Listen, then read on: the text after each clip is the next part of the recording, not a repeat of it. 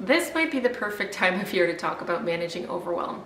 In my last video, I talked about managing overwhelm in your physical space, and today I'm going to talk about some of the things that I do to manage overwhelm in my mental space. So today's video is a list of ways to clear your mind. And the first one that I have is something that a friend of mine used to call spill your brain. Spill your brain is basically a journaling technique. So you get a notebook and a pen and you write down everything you have on your mind. You just spill it out. You don't think about how it sounds. You don't think about spelling or punctuation or grammar or anything like that. You just write everything out, get it all out onto paper. And it's kind of like if you had a messy purse full of a bunch of stuff and you needed to organize it. First thing you would do is dump out the purse, see what you have, before you can start to organize and get rid of things and sort everything out. One of the benefits of doing this is that sometimes you feel overwhelmed, but it's hard to put your finger on what it is that's making you feel that way. So as you get it all out, it starts to help you realize what it is that's really bothering you, and sometimes it helps you to start sorting out what you can do about it and what needs to be done to lower that overwhelm.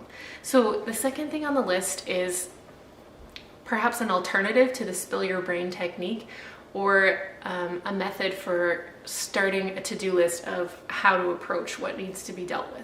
So this one is paired with meditating. So what I like to do when I meditate is try to clear my mind and just focus on breathing, and as the thoughts come into my mind that are just random and will come, oftentimes those thoughts are things that I feel like I need to remember, so it's really hard for me to just let them pass and not think about them. So what I like to do is have a notebook nearby and I write things down as they come into my mind that I think I need to remember.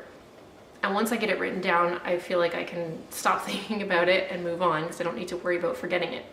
And so by the time I'm finished meditating, I've written down all the things that have popped into my head that seem important, and I can go look at what I've written down and start to make a to-do list out of those items that I've written. There are a lot of reasons why meditation can be helpful for reducing overwhelm as well, and I'm not going to get into those too much because I have a whole other video on meditation that I can link to for you that you can go check out. And once you're ready to make a to-do list, whether that's because you did the spill your brain journaling technique, or you tried the meditation approach, or maybe a little bit of both, you write down all the things that you have on your to-do list that you feel like need to get done that are in the back of your mind causing this overwhelm. Then, once you've made the to-do list, it's time to prioritize. So you go through your list and you decide what on this list needs to get done today. Like, if I didn't get it done today, it would be a problem. And you make your today to-do list, and usually it's not as long as you think it would be. So that helps right there with decreasing your overwhelm. Then when you look at the rest of your list, you can start figuring out what needs to be done when after today.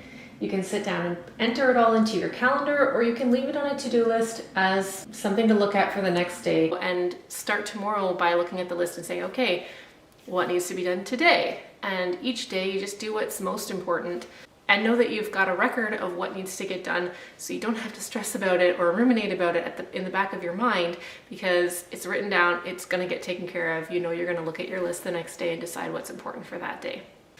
So now I'm curious, what do you do to deal with overwhelm, whether that's in your physical space or your mental space? Hope you have a great day, and I'll see you in the next video.